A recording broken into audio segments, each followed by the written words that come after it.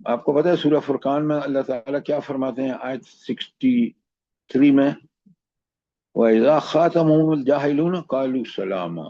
اللہ اکبر، یہ بہترین طریقہ ہے کہ جب جاہل لوگوں سے جو الجھنا چاہتے ہیں تو اللہ کہتے ہیں ان کو سلام کو اور وہاں سے چل دو، تاکہ وہ جب بری بات اللہ کو گالیاں دیں گے تو کہیں آپ ان کے معبودوں کو گالیاں دیں گے، اس لیے کیونکہ انہوں نے بکنا ہی غلط کام ہے، بکواس کرنے ہیں، اس لیے ان کو سلام کر کے آگے چلو تاکہ آپ پروڈکٹیو کام کریں۔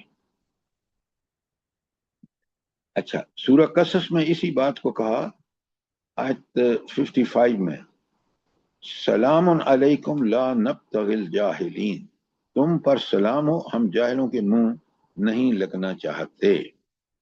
یہ چیزیں بڑی اہم ہیں اور ہم کبھی نہ جھگڑیں ان لوگوں سے جنہوں نے اللہ کے حکم کے خلاف اپنی پوری کمر کسی ہوئی ہے، تاکہ وہ کامیاب اس وقت ہوں گے جب ہم ان کو انگیج کریں گے۔ تو ان سے کہ بات ہی نہ کرو، ان کو انگیج ہی نہ کرو، اور درگزر سے کام لو اور ان سے ایک سلام کر کے آگے چلو۔ کوئی سوال آپ کا؟ 199 بہت اہم آیات ہے۔ اچھا، اس کے بعد فرمایا 200 میں، وَإِمَّا يَنزَغَنَّكَ مِنَ الشَّيْطَانِ نَزْغٌ فَاسْتَعِذْ بِاللَّهِ إِنَّهُ سَمِيعٌ عَلِيمٌ، اور اگر کبھی آپ کو کوئی چوک لگ جائے ہی شیطان کی طرف سے تو اللہ کی پناہ طلب کریں، یقیناً وہ سب کچھ سننے والا ہے۔ ہاں جی، زرتاج صاحبہ یہ بتائیں کہ یہ کیا اللہ تعالیٰ نے اس آیت 200 میں فرمایا ہے؟ سر جی یہ شیطان تو وسوسہ ڈالتا ہی ہے، برے خیال ڈالتا ہی ہے، اور پھر ہمیں اس رب کو نہیں، یاد کرنا یہاں آپ چاہیے۔ دیکھیں، یہاں آپ بالکل بات ٹھیک کر رہے ہیں، لیکن آیت کے اندر رہیے۔ شیطان اگر آپ کو کسی کے خلاف اکسائے بھی، دیکھیں نا، یہاں اوپر بات اکسانے کی ہو رہی ہے، تو یہاں بھی وَإِمَّا يَنزَغَنَّكَ مِنَ الشَّيْطَانِ نَزْغٌ، اگر شیطان آپ کو اکسا رہا ہے تو پھر کیا کریے؟ فوراً اللہ کی پناہ مانگیے۔ اعوذ باللہ من الشیطان الرجیم، قل اعوذ برب الناس ملک الناس الہ الناس من شر الوسواس الخناس۔ یہ پڑھیے، کیوں؟ اللہ سمیع بھی ہے اور بصیر بھی ہے، علیم بھی ہے اور سمیع بھی ہے۔ بے شک، جزاک اللہ۔ دیکھیں کتنی پیاری باتیں اللہ نے بتائی ہیں۔ اب اگر آپ ان جاہلوں کے ساتھ الجھ پڑیں گے، خدا نہ خواستہ بری باتیں کریں گے، تو آپ ان کے لیول پہ آ جائیں گے۔ تو فوراً ان سے بچنے کا طریقہ کیا ہے؟ اللہ کی پناہ۔ کیوں؟ اس لیے کہ اللہ سب دیکھ رہا ہے، سن رہا ہے، اس کو سب معلوم ہے۔ بے شک، بڑی پیاری باتیں ہیں، ذرا ان پہ غور کریں۔